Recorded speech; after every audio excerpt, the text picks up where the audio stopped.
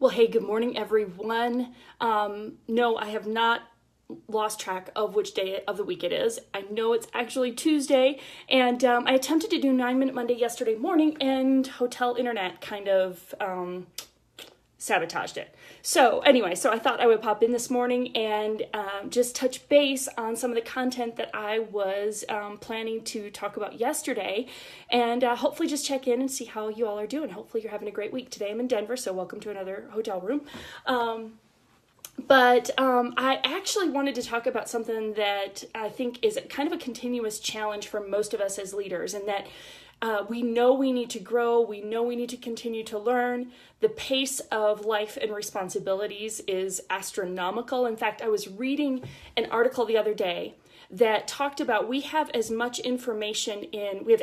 to as much information in one day in modern times than our ancestors like 100 years ago had in a lifetime. So we have access to the amount of information every day that our ancestors had in their entire lifetime. So no wonder we're a little overwhelmed, because we see all of these things we need to do to learn, to grow, to, just that kind of anxious desire for more. And we know we need to actually lean in and learn, because we've got to keep pace with all of the growth and the change. And so there's just kind of a tension and an anxiety that gets produced from us as leaders trying to figure out, how do I learn?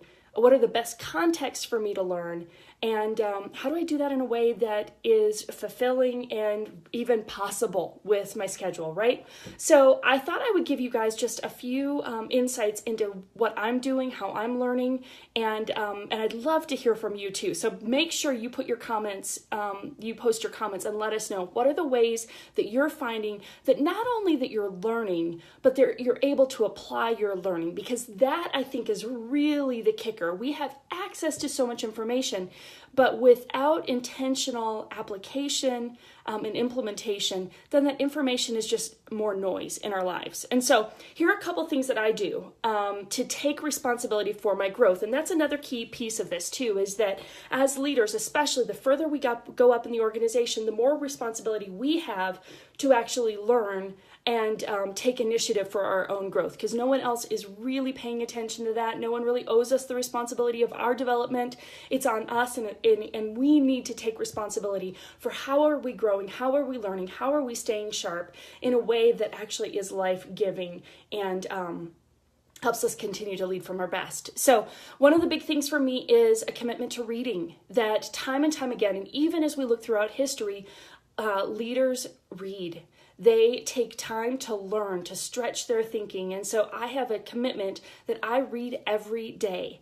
And so that can get a little difficult sometimes to make space for it. But if it's just 10 minutes or if it's an hour, like most mornings, I actually try to carve out as much of as an hour. Now, my stage and season of life allows for that more than some of you who might have small kids at home. But I have the space to do that. But even if you got up 10 minutes earlier than the rest of the family and you spent 10 minutes reading, and I usually do a combination of scripture, something that's spiritually challenging to me, and then some kind of business or leadership book. I also, especially on the weekends, will put in a biography. I find that by reading biographies and reading about leaders who have gone before, there's so much insight that I get from reading about real people's lives. So take time to read, make it a discipline, figure out where you can put it in your world, even if it's 10 minutes a day. That consistent dose of knowledge that you're receiving from somewhere else is a huge, huge value. The other thing is courses, conferences, podcasts, and there's all kinds of those opportunities available to you. 9 Minute Monday, right? What are some of those rhythms of learning? So when I'm on the treadmill or the elliptical, I am listening to a podcast, because it's a great way, or when I'm out running, I'm listening to a podcast, because that's a great way for me to get insight and information from other thought leaders. So figure out where in your rhythm can those things fall, and then what are the 1 or 2 conferences a year that are really inspiring, life-giving? How do you want to learn? I also, sometimes you'll have that go-to conference you go back to every year. Those can be good. They also can start to get a little stale. And so be thinking about how do I need to grow this year? And what's the environment or the conference space that would enable that? And then the third thing, and probably I think is the most important thing, is finding intentional communities for growth. So doing the reading on your own, listening to the conferences or the podcasts, those things on your own are good. They're giving you good knowledge, but you need a two-way communication for growth and learning. And so that's why I think a rhythm of being a part of something like a coaching group or intensive, something where you're getting interaction, where you're in an environment where you can have two-way conversation, you can talk about what you're learning, you can ask questions. That interaction leads to more awareness and application. And so I just want to encourage you that that environment is really critical. And I think that's the environment that most of us miss out on. I did my first coaching group cohort probably a dozen years ago. And it was absolutely life-changing for me. I still meet and talk with most of those women who are a part of that group. We still stay in contact with one another.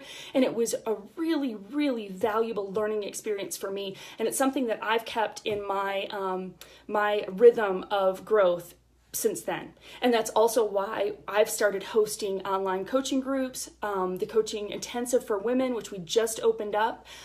Those environments are so valuable for you to have that interaction, that life on life, people who are in a similar stage and season of leadership who can share their perspective as well. And just that learning in a group experience is so incredibly valuable.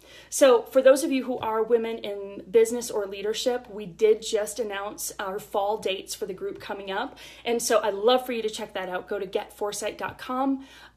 Allie Worthington, a dear friend of mine and a brilliant leader, is joining me to co-host those events. And so there's 20 spots. I think we're almost halfway full already. So if you're interested in being a part of that type of environment, I really would love for you to check it out, because it is such a great way to connect with others, to learn on topics that are valuable and significant to where you are as a leader. And so that one is specifically for women in leadership. We'll have a lot more coming for men and women. So usually I don't use 9 Minute Monday to tell you about those things, but I just felt like it was such a critical moment to talk about these different ways that we're learning, and that coaching intensive just opened up. So I wanted you to know about that. So be thinking about it. I want to know, how much are you reading? What are you reading? Where do you learn? Conferences, podcasts, etc. And if you've experienced a coaching intensive or a coaching cohort of some kind, tell us about it. We want to learn how it was valuable to you, what you learned, why it matters, and help us learn from one another, because your insight and what's helping you learn might help someone else learn. So have an amazing week. Sorry that we were 9 Minute Monday on Tuesday, but thanks for tuning in, and we'll see you next week.